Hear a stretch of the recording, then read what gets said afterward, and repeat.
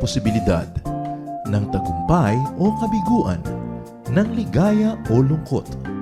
Kaya marapat lamang natanggapin si Jesus bilang tagapagligtas at Panginoon. At matapos yun ay panariwain ang katapatan at paglapit sa Kanya bawat araw o day by day. Ang day by day ay naglalayong umalalay sa pang-araw-araw na pamumuhay. Narito po si Kuya Ed Lapis sa mensaheng pinamagatang Avoid Mistakes.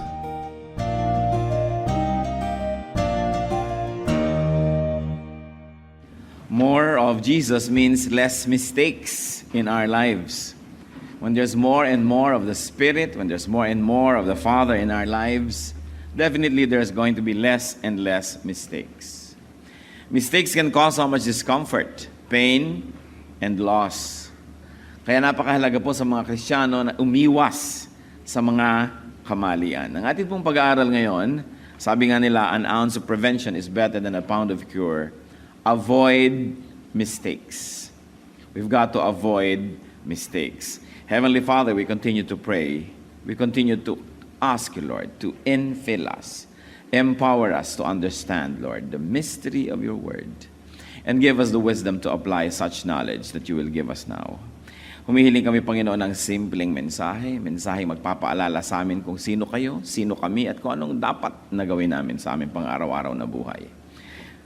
Dumalapit kami sa inyo, Panginoon, na maaaring may mga iba't ibang pwedeng maging hadlang para pagpalain nyo kami. Kaya ang mga hadlang na ito, isinusuko po namin sa inyo. Be it attitude, be it sorrow or pain, be it discomfort, kung ano man, Panginoon, ang maaaring maging hadlang para lubos namin kayong marinig at lubos na dumaloy ang pagpapala nyo sa aming buhay, inilalapit namin sa inyo at isinusuko. At kami na pasasakop ng lubos sa inyo, Lord. We ask you to take over this place. We enthrone you, O God. Be the King of our hearts, and in the name of Jesus, we reject, rebuke, and drive away any presence of evil. Evil men and evil spirits, we do not forbid. We forbid to hinder the work of the Spirit. Lord, we place ourselves under your protection. You are our God, you are our teacher, you are our Father. May you speak powerfully. Gamitin niyo po ang inyong lingkod na tungtungan ng inyong paa. Maitaas po namin kayo at ang inyong karunungan maging amin. Lord, do your will. Teach us. In Jesus' mighty name we pray. Avoid mistakes. Atin pong nakikita na napakaraming mga pagkakamali ang maaaring maganap pagka tayo ay hindi nakikinig ng lubos sa Panginoon.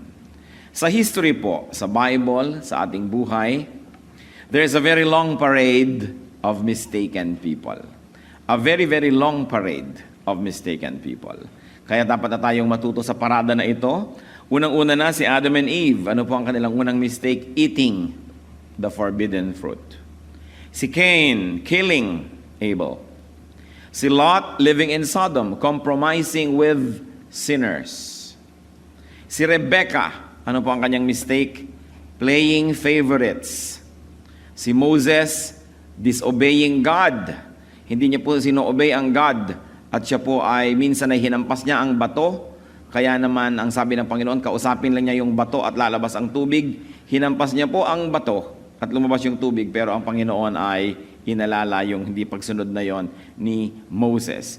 Gehazi, misrepresenting the prophet Elisha and deceiving his master. At ganoon din naman po si Saul. Saul, ang kanya pong mistake was being jealous sa sarili niyang warrior and general na si David. Siya po ay nabugho. Judas Iscariot, anong kanyang mistake? Betraying Jesus. Ananias and Sapphira, they stole. Their mistake was stealing from God, from the church, and lying to Peter, lying to God's apostle. Yan po ang mga parada ng maraming mga pagkakamali. Even our relatives, our friends, and ourselves. Kasali din tayo sa parada na yan. The heart of the matter is how to avoid joining the long parade or how to avoid mistakes. Siguro po marami tayong mga kalagayan ngayon na malungkot, painful, sorrowful because of a mistake. Mistake natin, mistake ng mahal natin sa buhay, mistake ng mga may authority and influence over us. How do we avoid mistakes? First of all, know what is right. Know who is right. And of course, know what is right, and that is definitely God's Word. Kailangan kilala natin ang Panginoon. Kailangan kilala natin ang Kanyang salita at alam natin ang Kanyang turo. Matthew 22 verse 29, Jesus replied, "You are in error because you do not know the Scriptures or the power of God." Pagka hindi natin alam ang salita ng Diyos, ang tendency magkaroon tayo ng mga pagkakamali. Ang tendency ay gumawa tayo ng kabaligtaran ng itinuturo ng salita ng Diyos. Kaya ang sabi itong sumulat ng Psalm 119 verse 11, "I have hidden your word in my heart that I might not sin against you." So dalawa yung kanyang naiwasan sa pagtatago ng salita ng Diyos sa kanyang puso. Ibig sabihin ay sinasaulo niya, ina-apply niya sa kanyang buhay. Hindi lang sa hindi siya nagkakamali, hindi pa siya nagkakasala sa ating Panginoon. And it's important to know what is wrong.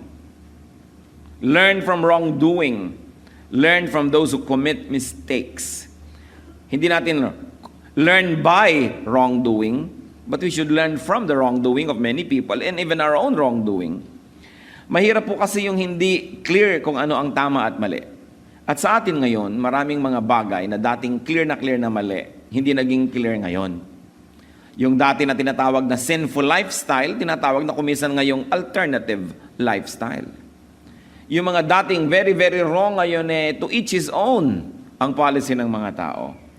Ang ina-appeal ay human rights, mga kung ano-ano, kaya hindi na nagiging malinaw ngayon kung anong right and wrong. All the more that the people of God must know and speak of what is true.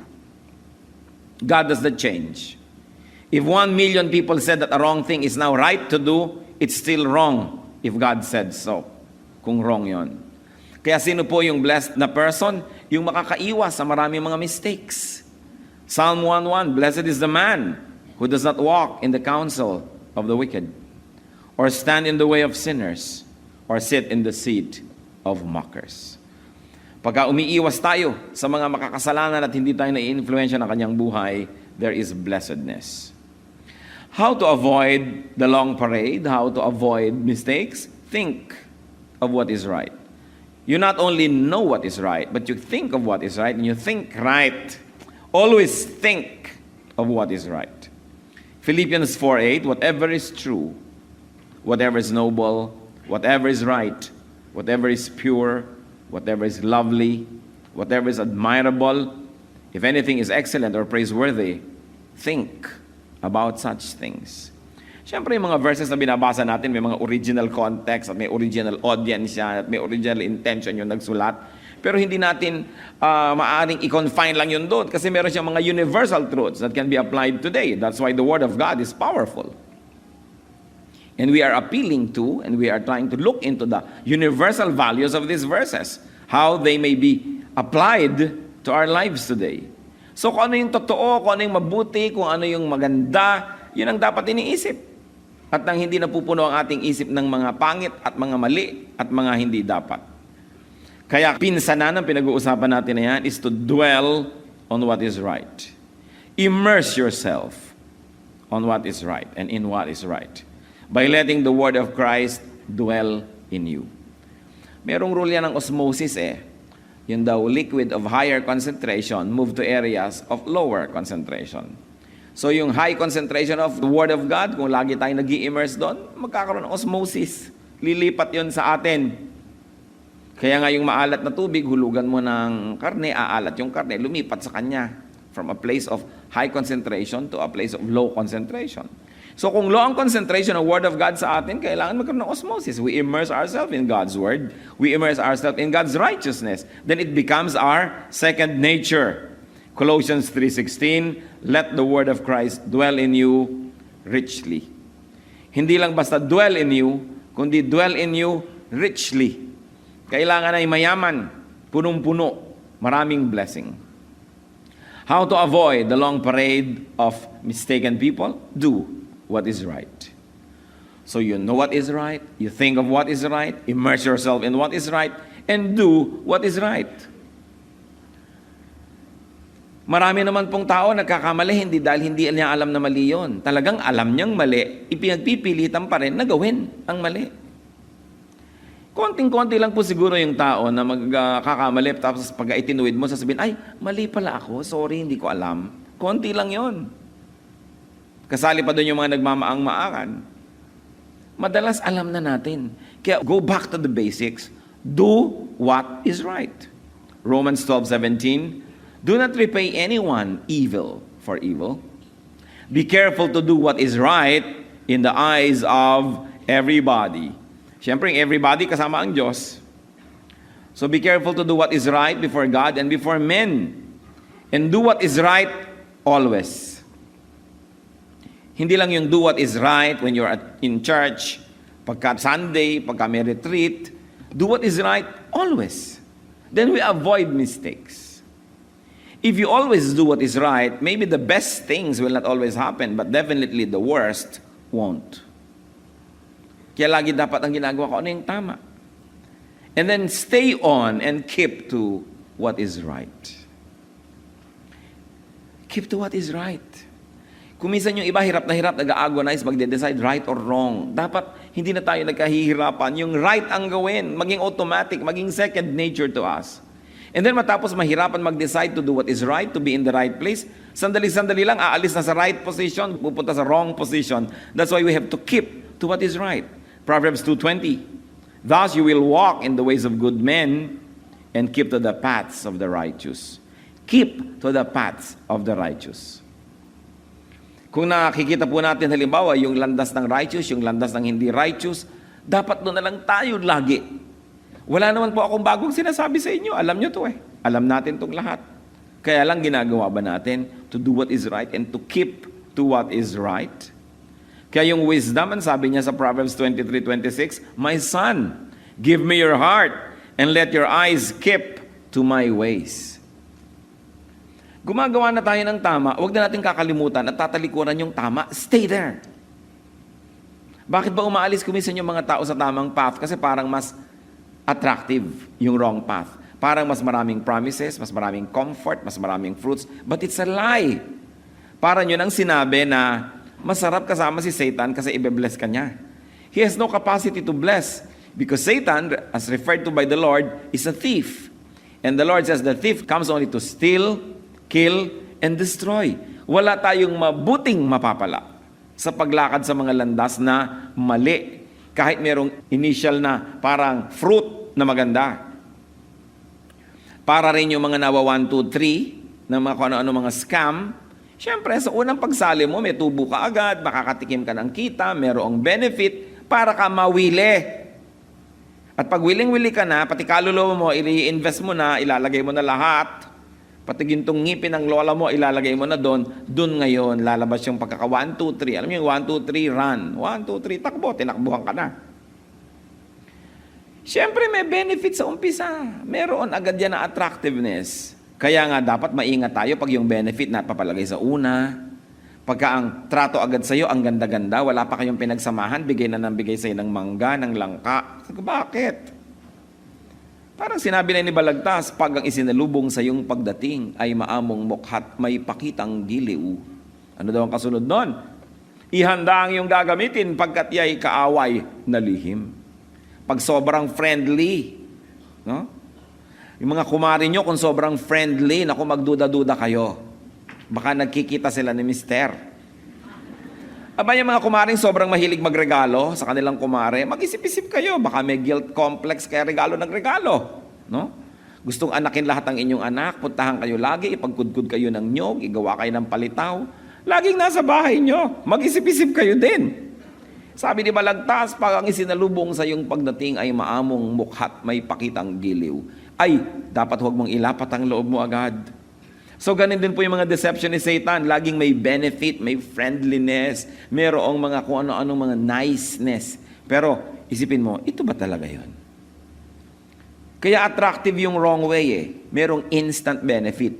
Yun eh, enjoy now, pay later. But many honest endeavors, work hard now, have difficulty now, yung premyo sa may dulo. At maraming tao naiinip, ayaw nila nun. Ang gusto nila yung enjoy now.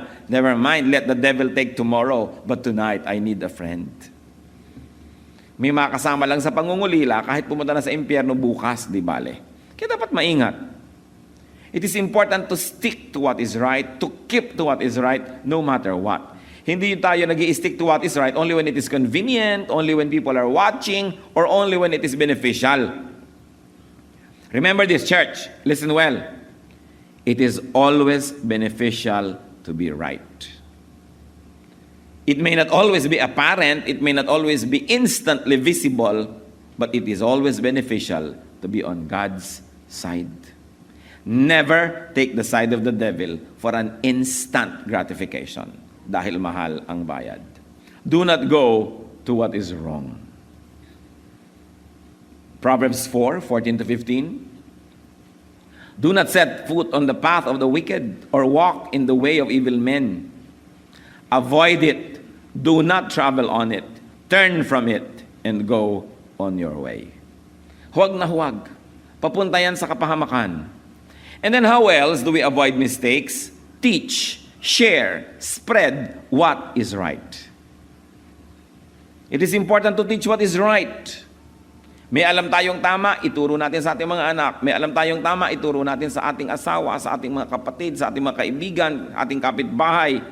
2 Timothy chapter 2, verse 2. And the things you have heard me say in the presence of many witnesses, entrust to reliable men who will also be qualified to teach others. Here, Paul teaches Timothy. And Paul says to Timothy, what I taught you, you teach to reliable people who can teach others also. 4 generations of teachers and learners. Para yung truth dumami, mag-multiply at mas maraming tao nabubuhay sa katotohanan. Why? Because teaching reinforces, spreads, and strengthens what is right. Truth will always be truth. Truth will always be strong. But of course, truth is all the more made stronger by multiplication. Dumadami yung nakakaalam, dumadami yung naniniwala. Yun ang nagiging norm. So that when you live truthfully, and when you live righteously, hindi ikaw yung exception, but ikaw yung rule. Hindi ikaw yung weird, hindi ikaw yung kakaiba, hindi ikaw yung freak, kundi yun yung norm. Dumadali sa'yo na maging mabuti kung marami kang kapwa mabuti. Kaya dapat nagtuturo tayo ng kabutihan at tama. Minsan, nanonood ako ng pelikulang Rizal. Okay, the movie Rizal. And then may mga flashback, may mga devices na naaalala mo yung mga eksena sa Noli Me Tangere. Tapos yung mga Filipino, sobrang inaapi ng mga pare, sobrang nilang pinahihirapan, hinuhut-hutan, kinakawawa. Tapos sunod-sunuran pa rin. At naisip ko, nangyari yon, naging pwedeng api-apihin ng mga pare yung mga Pilipino, naging pwede nilang kawakawawain, kasi tinuruan nila Nag-mission sila. Na-convert nila yung mga tao, nabihag nila ang utak, kaya ngayon, kayang-kaya nilang ganunin. Kung babalik rin po natin yan, na kayo ay magko-convert ng mga tao to righteousness, magko-convert tayo to biblical Christianity, magko-convert tayo to real spirituality, what will happen? These people will also be very helpful to us. Kasi siyempre yung tinuturuan mo, pag pareho na kayo ng paniniwala, nagiging magkakampi kayo. At pag magkakampi na kayo, nagiging kaibigan mo pa siya. Pero pag hindi mo siya tinuruan at magkaiba kayo ng paniniwala, magkaaway kayo. Yung lakas niya, gagamitin niya laban sa'yo. Samantalang kung siya ay kapanalig mo na, yung lakas niya ay gagamitin niya para sa'yo at para sa inyong pananalig. Kaya napakahalaga na magturo po tayo ng katotohanan. Kasi yung mga taong hindi nabubuhay sa katotohanan ay kalaban ng katotohanan, therefore kalaban natin. Pero oras na sila ay nasa katotohanan na, nagiging natin silang kakampi, hindi lang sa nababawasan na nagpapahirap sa atin, nadadagdagan pa yung katuwang natin. Kaya mahalagang magturo. Naranasan nyo na ba yan sa pamilya? Kung minsan may nagpe-persecute sa inyong kamag-anak dahil naging Christian kayo? Pagkatapos nung naging kapwa Christian nyo na, hindi na lang siya nagpe-persecute. Kasama nyo pa, katuwang nyo pa. Kaya mahalaga ang nagtuturo. Ang mga churches na magsusurvive, ang mga churches na dadami, lalago, titibay, yung mga churches na nagtuturo. It's a battle for hearts and minds. At hindi dapat tayo mag-blush, Hindi tayo dapat mahiya, hindi tayo dapat mag-apologize for teaching because the other choice is Satan. The other teacher is Satan. Kaya dapat talagang masigasig tayo. By teaching what is right, we neutralize the enemies. Teaching neutralizes enemies. Teaching wins allies. Teaching creates a climate of correctness wherein the righteousness that we teach becomes the norm, and teaching strengthens ourselves. Kuminsan, nanghihina ka na sa pananampalataya, naghihina ka na sa paggawa ng tama. Pero sinong nagpapalakas sa'yo, nagbibigay ng encouragement, nagsusupport sa'yo? Yung tao na naturuan mo lang noon, ngayon siya ang strong. Kaya naging weak ka, siya ang tumutulong sa'yo. Panahon lang naman yan eh.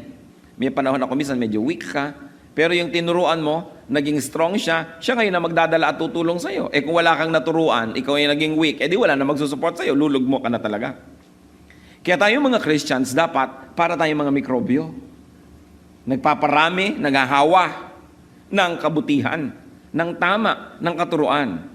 Kaya ang tanong sa sarili, at gusto kong tanongin niyo ang sarili niyo ngayon mismo, marami na ba ako naihawa? Gaano karami ng tao ang nadala ko kay Kristo? Gaano karami ng tao ang nabigyan ko ng pagkauhaw sa salita ng Diyos? Na-introducean ko ng Word of God, taas na addict na, nag-aaral na siya ngayon. Kahit hindi ko ini-introduce, nag-aaral pa rin. At kahit nga ako tinatamad ngayon, siya pa yung namimilit sa akin. Napaka-successful ng teaching na ginagawa natin pagka ganon. Kaya dapat mga kapatid, mission field nyo talaga inyong pamilya.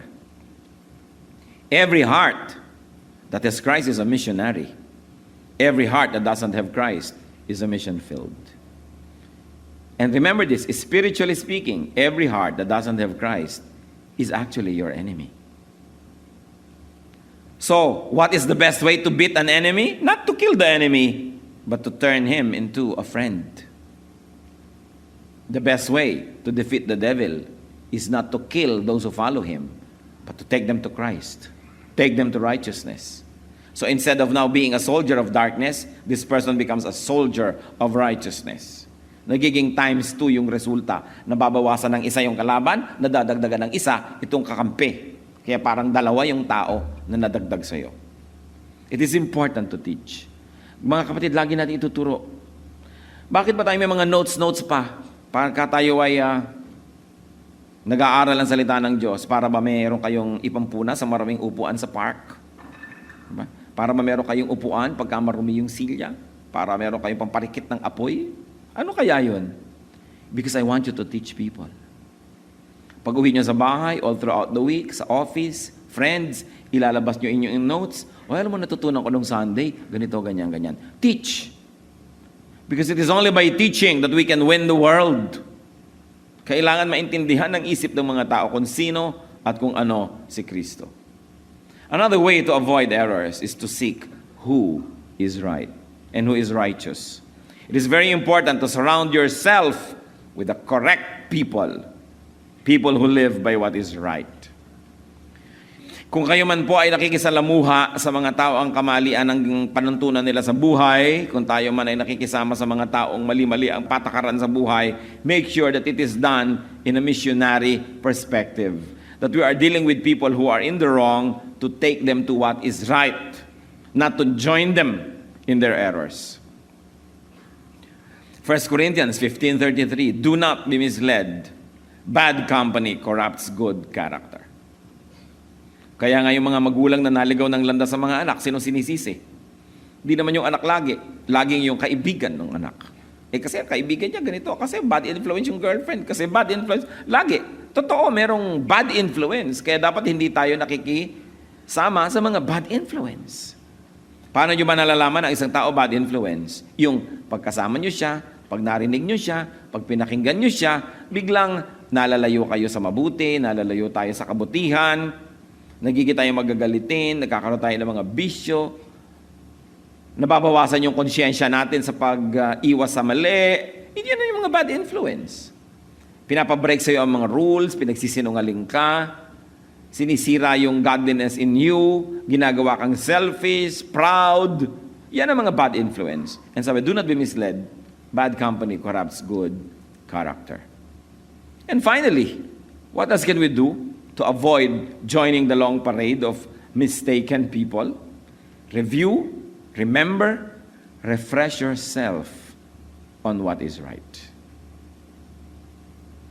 Laging nire-review yan. Mine-memorize, pinapaalalahanan ng sarili, nagpapaalala sa sarili. Nakikinig tayo sa Christian and very positive music. We expose ourselves to righteous messages. We choose our company. We do things with the right people so that we're always refreshed. We read the Word of God. Minememorya, sinasa ulo lagi, ina-apply. 2 Peter 1:13, I think it is right to refresh your memory. Meron naman siya ibang gustong i-refresh dito sa point na ito. Pero tama pa rin to refresh our memory. Mistakes can be avoided by knowing what is right. By doing, by keeping to, and by promoting what is right. Brothers, sisters, avoid mistakes. Avoid sorrow. Avoid pain. What mistakes could you be committing consciously? Baka naman meron tayong mga ginagawa na alam na nating mali, ginagawa pa natin. We are without excuse. Alam mong mali, ginagawa mo pa rin, walang excuse yan. What should we do? We should stop. If you're aware that you're doing something wrong, stop. Change your path. Change your direction. Immediately. And you will change your destiny. And definitely you will change your life. Life is not decades. Life is not years or months. Life is days, minutes, hours. Yung maliliit na mga bagay na ginagawa natin, yun ang nagkakadugtong-dugtong, yun ang nabubuo na mahabang buhay. Pero wala naman talaga nung haba, yan ay mga dugtong-dugtong na mga maliliit na moments. So yung maliliit na moments natin ang mahalaga. Know what is right and never make a left or a right turn. Stick to what is right. Joshua 1:7-8. Be careful to obey all the law my servant Moses gave you. Do not turn from it to the right or to the left, that you may be successful wherever you go. Do not let this book of the law depart from your mouth. Meditate on it day and night, so that you may be careful to do everything written in it. Then you will be prosperous and successful. Sa palagay niyo po ba, aksidente na pinag-uusapan natin itong bagay na ito? I don't think so. We always pray to the Lord, Lord, this is your church. These are your people. You are our God. So you be the speaker. Teach us what to discuss. Give us the verses so that your word may be applied to our lives. And then make your word important and relevant to each and every listener. You are here today. I am here today. God is here today because we have an appointment with the truth. And that appointment is telling us, avoid mistakes. Be conscious of your mistakes. If you are living in a lie, stop and live by the truth. If you are deceiving people, small or big ways, stop, because God is truth and deception is of the devil. If you are destroying people, stop, because God nurtures, Satan destroys. Yan po ang mensahe sa bawat isa sa atin. Remember, when you have to decide, huwag na kayo maging sophisticated. Be simplistic. Just do what is right. Huwag na tayo nagtatalo-talo, ano ba yung gagawin ko? Ano ba yung gagawin ko? Alin ang dapat? Just do what is right. Hindi naman nakakalito what is right and what is wrong. Just do what is right. 2 Corinthians 8:21, for we are taking pains to do what is right. Not only in the eyes of the Lord, but also, church, in the eyes of men. Sabi dito, kami nagsisikap, magpapakahirap na gawin ko anong tama. Hindi lang sa paningin ng Diyos, kundi sa paningin din ng tao. In other words, do not only be righteous, we must also look righteous. Hindi sapat na tama ang ginagawa mo, dapat mukha ring tama. Hindi sapat na wala kang maling ginagawa, dapat mukha ring wala. Kasi kahit tama po ang ginagawa natin, pero mukhang mali, may nagkakasala pa rin, may natitisod pa rin, meron pa rin nadidiscourage. Kaya sabi, hindi lang sa mata ng Diyos ang paggawa ng tama, sa mata rin ng tao. But of course, yung kabaligtaran nun is, lalo naman dapat na hindi lang sa mata ng tao. Dapat sa mata rin ng Diyos. Pero pag binaligtad mo, sasabihin kasi ng iba, ang mahalaga sa akin, ang Diyos, siya ang nakakaalam ng puso ko. Wala akong ginagawang mali. Oo nga, pero mukhang meron eh. Kaya dapat, wala at mukhang wala. Para hindi matitisod ang ating kapwa at sila din na encourage. Strive to do what is right. 1 John 3:10. This is how we know who the children of God are and who the children of the devil are. So pipili kayo ha, kung kanino kayong anak. Church, read. Anyone who does not do what is right is not a child of God. Nor is anyone who does not love his brother. Kanino kayong anak? Sabi, ang anak ng Diyos, tama ang ginagawa. Hindi lang alam yung tama, ginagawa ang tama. Doon daw, nagkakaalam. Kasi yung iba, sabi, hindi, may religion naman ako, lakihan ng Bible ko. So, sa church naman ako, nag-offering ako. Ang tanong, ginagawa niyo ba yung tama? Tinitigilan ba natin ang paggawa nung mali? I think that the message is very clear, brothers and sisters. Avoid mistakes. And you will definitely avoid sorrow. Our God is a God of righteousness. We should not thrive in mistakes. Especially kung alam na nating mali. Panginoong Diyos, kayong kumakausap sa amin. Kayo na relevant sa buhay namin araw-araw. Kayo na nagmamahal sa amin. May mensahe kayo para sa bawat isa sa amin. Ipakita mo sa amin ang aming katayuan, ang aming kalagayan, kung ano man ang may mga natitira pa, maliliit mga mali na pamamaraan na alam namin mali, ituro mo sa amin, Panginoon. Hindi na kung anong malit tamat sapagkat alam naman namin. Lord, strengthen us so that we may do what is right. At ang aming dalangin, Panginoon, yung inyo pong kabutihan, yung inyong katuwiran, maghari sa aming buhay. Kayo po ang siyang tunay na sinasamba namin. Kayo, Panginoong Hesus, ang Diyos ng aming buhay. Nais namin kayong sundin, nais namin mabuhay ng may katuwiran. Nais namin, Panginoon, maganap ang gusto mo sa aming buhay. Maghari po kayo. Pagliwanagin niyo ang katotohanan sa aming puso. Identify, Lord, and unmask all of these deceptions in our lives. And we pray, Lord, that your righteousness will prevail, that we will be able to avoid mistakes. Let's continue to be silent before the Lord. Continue to bask in the presence of the Spirit. Let the Spirit minister to each one of us silently.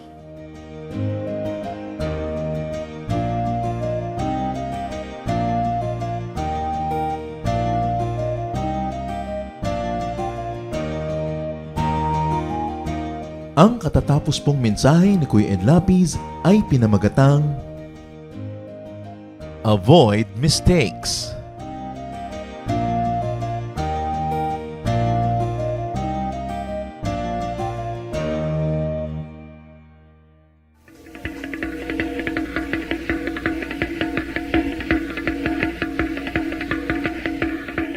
Maraming kasaysayan ang musika ng ating bayan at pawang lahat yon ay mga hiyas ng ating lahi. Ang isang instrumento na napakagandang pagtuunan ng pansin ay ang gimbal ng mga mansaka.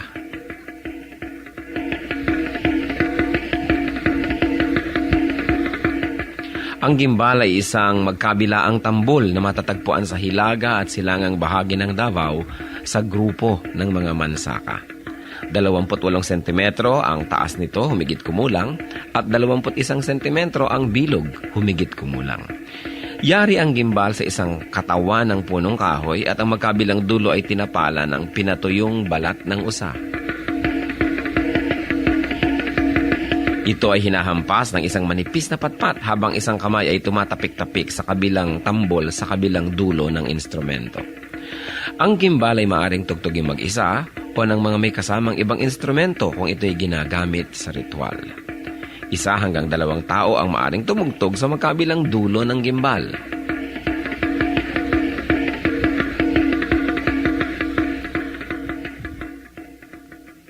Kadalasan ang gimbal ay tinutugtog bilang saliw sa sayaw na ang karaniway kung ano-ano ang pangalan ng tugtugin ay siya ring pangalan ng sayaw.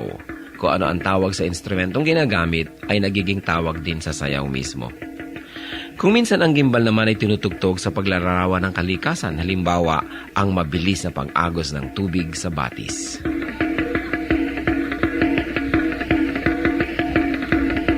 Ang gimbal o kimbao, instrumento ng mga mansaka. Kayamanan ng ating lahi, hiyas ng ating bayan, marapat lamang na gamitin sa pagsamba sa Panginoong Hesus.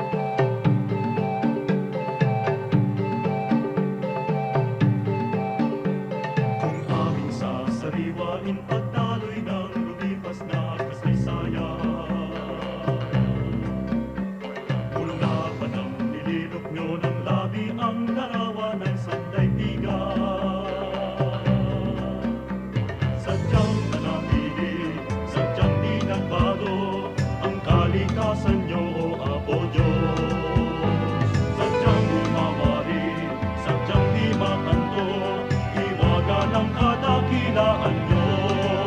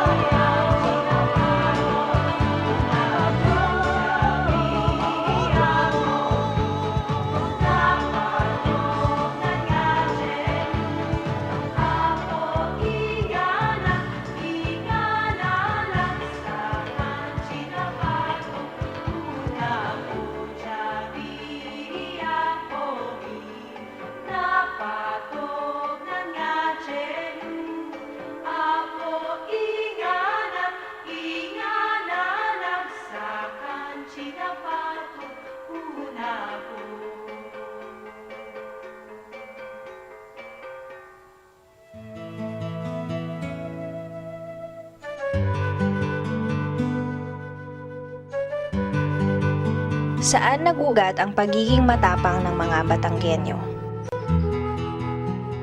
Huwag nating lilimutin ang kahuli-hulihang general na sumuko sa mga Amerikano ay si General Miguel Malvar na Batanggenyo. Ang kauna-unahang Navy ng Katipunan, effectively the Philippine Navy, ang kauna-unahang barko niyan, ay bigay ni Doña Gliceria ng Taal, another Batanggenya. Huwag natin kakalimutan na ang tumahi ng unang watawat ang Pilipinas ay isa ring Batanggenya. No? Kaya pag inisip mo, pati sila apasible, napakarami mga dakilang Batanggenyo. At mga Batanggenyo talaga lumaban niya sa mga Kastila, lumaban niya sa mga Amerikano. Kundi lang hinamlet ng mga Amerikano ang buong Batangas. Ang mga mamamayan ay ikinulong sa mga plaza at pinapatay sa gutom para pasukuin si Miguel Malvar. Hindi yan bababa at susuko. Pero dahil nangalahati ang populasyon ng Batangas nung Philippine-American War at inubos sa mga Amerikano dyan, babae, bata, matanda, napilitan si General Malvar, no, na sumuko. Kaya hanggang ngayon, kinikilala natin ang mga Batanggenyo na matapang.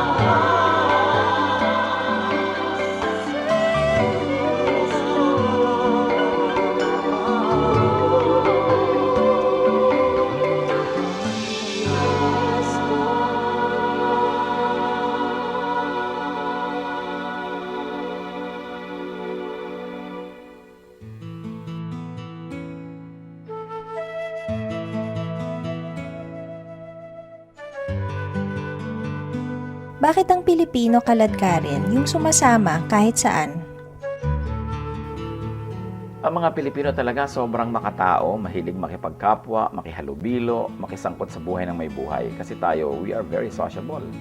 Gusto natin kasali tayo sa mga celebration, maging kalungkutan ng ating kapwa. Kaya talagang walang palalampasin, dadalo. Lalong-lalo na nung araw na wala namang masyadong pinagagagawa ang mga tao sa mga probinsya, sa mga malalayong mga bukid. Siyempre, pagkakataon na nila na makisalamuha pag may okasyon. At ito nagpapatibay ng mga relasyon, ng mga magkakamag-anak, ng mga magkakaibigan. Kaya magandang kaugalian yung tayo ay nagsasama-sama.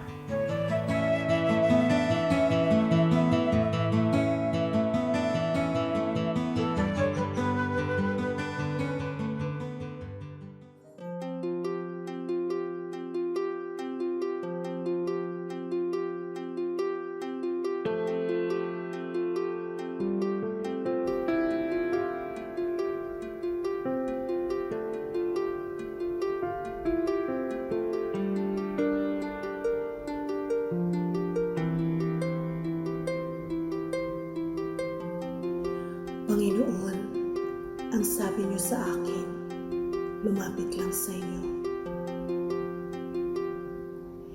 Ibig ko'y diringgin, pasanin ay aalisin. Lahat ng kabigatan ng isip at katawan, inilalagak ko na sa inyong kanlungan. Nais kong madama haplos ng iyong kamay, paghako sa damdamin, sinisiklot ng buhay. Nais kong madama init ng iyong yakap. Sa sandaling ito, hanap ko ay paglinga.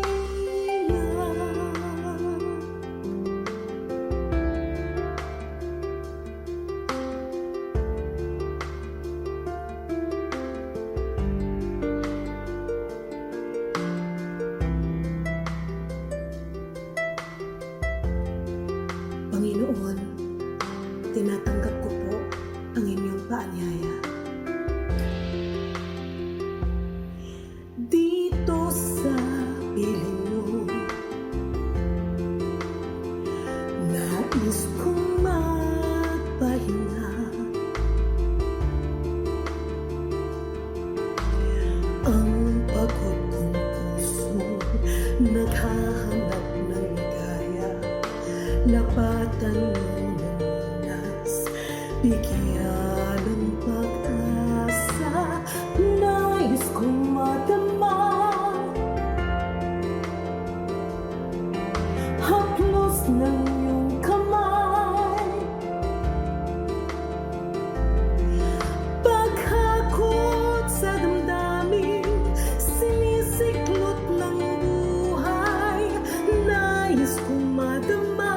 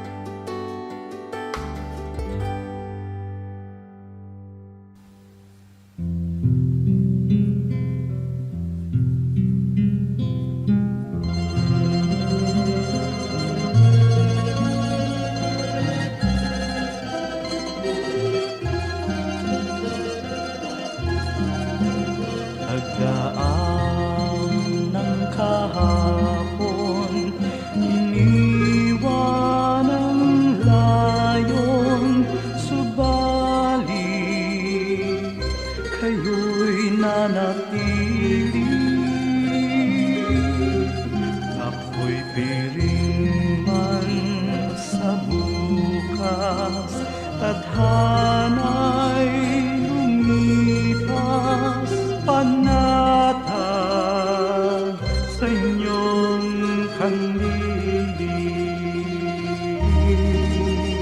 O Jesus, sa ulayaw, hatid sa kibuhay, agapay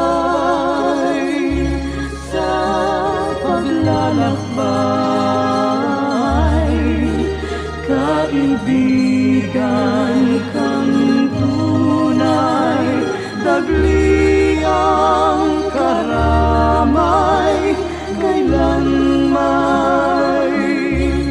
di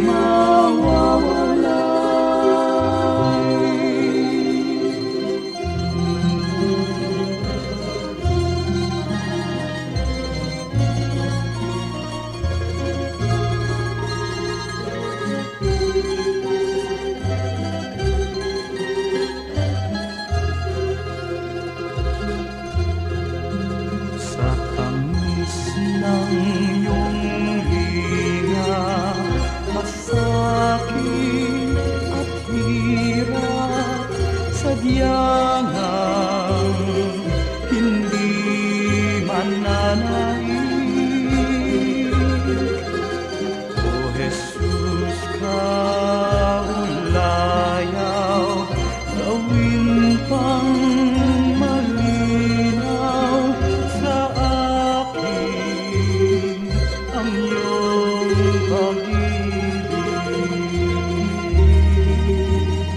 O Jesus, sa ulayaw, hatid sa kibuhay, agapay sa paglalakbay, kaibigan kang tunay, dagli ang karamay, kailanman di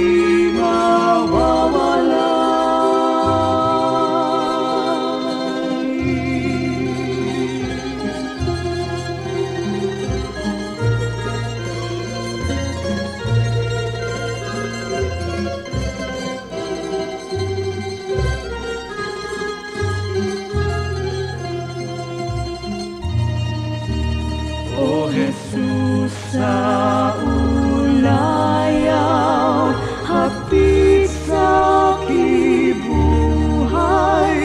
sa tuwina'y lunas ka sa aking lumbay, sa pag-ibig niyong alay, nasakdal dalisay, ang puso ko'y humihimlay. O Jesus, sa ulayaw, hatid sa kibuhay.